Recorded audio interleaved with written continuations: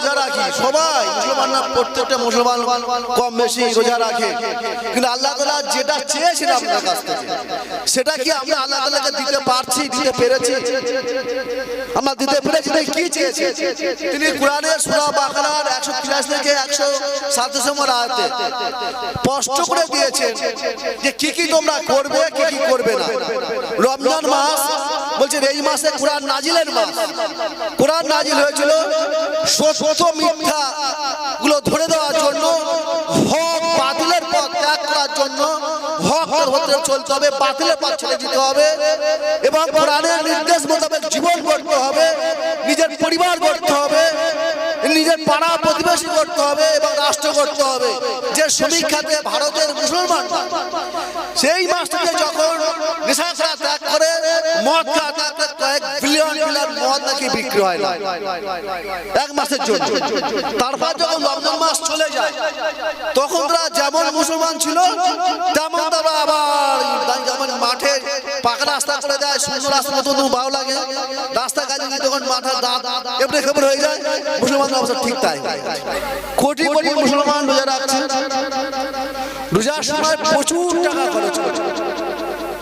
কলকাতার বিভিন্ন মসজিদগুলোতে আমি একটু যাই ঘুরে দেখছি, তো সেখানে যা খাওয়ার আয়োজন করে হয় ইফতারের সময়, আমার তালদিঘি গ্রামের মানুষজন সেসব ইফতার সামগ্রী অনেক কথা চোখে দেখে। তালদিঘি গ্রামের মানুষজন সুদার ইফতার দেখে দেখেনি, একটা খাওয়ার কম্পিটিশন ইফতার শেষে, এবং সেখানেতে তোমাদের আল্লাহ তাআলা বলছেন তাকওয়ার গুণাবলী সৃষ্টি হওয়ার আশা তিনি করেছেন, তাকওয়ার গুণাবলী সৃষ্টি হয়ে যাবে। তাকওয়া বলতে তিনি কি বোঝাতে চেয়েছেন? আমরা কি কোটি কোটি মুসলমানদের মধ্যে তাকওয়া মিন্স আল্লাহর ভীতি, আল্লাহর ভয় সত্যি সত্যি কি আমরা সৃষ্টি করতে পেরেছি?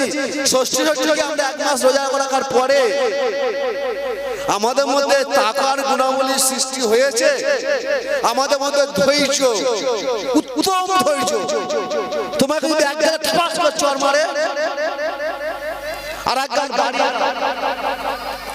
সেই মুসলমান এক গাল চড় মারে আর এক গাল ঘুষি মেরে তাকে মেরে রাখে, শুয়ে ফেলে দেয় কিনা? জানেন আল্লাহ তাআলা সামনে ইলেকশন আসছে, তালদিঘির গ্রামের মানুষজন খুব ভালো, কিন্তু ভাঙড়ের মানুষজনের কাছে জানি না কি হবে, আল্লাহ জানে।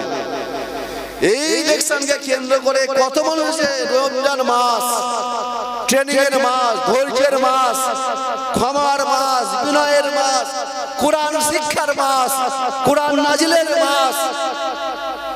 সেই মাসে যদি আপনারা বাপজানদের কাছে, ভাইজানদের কাছে অনুরোধ করছি, আমার কথাগুলো বলার স্বার্থ হচ্ছে আপনারা অন্তত এই কথাগুলো শুনে যদি আল্লাহর ভয় আপনার মধ্যে পয়দা না হয়, আল্লাহর ভয়ে আপনি যদি ভাই ভাইকে খুন করে রক্ত ঝরা থেকে বিরত না হন, তাহলে আপনি মুমিন নন, মুমিন নন, মুমিন নন।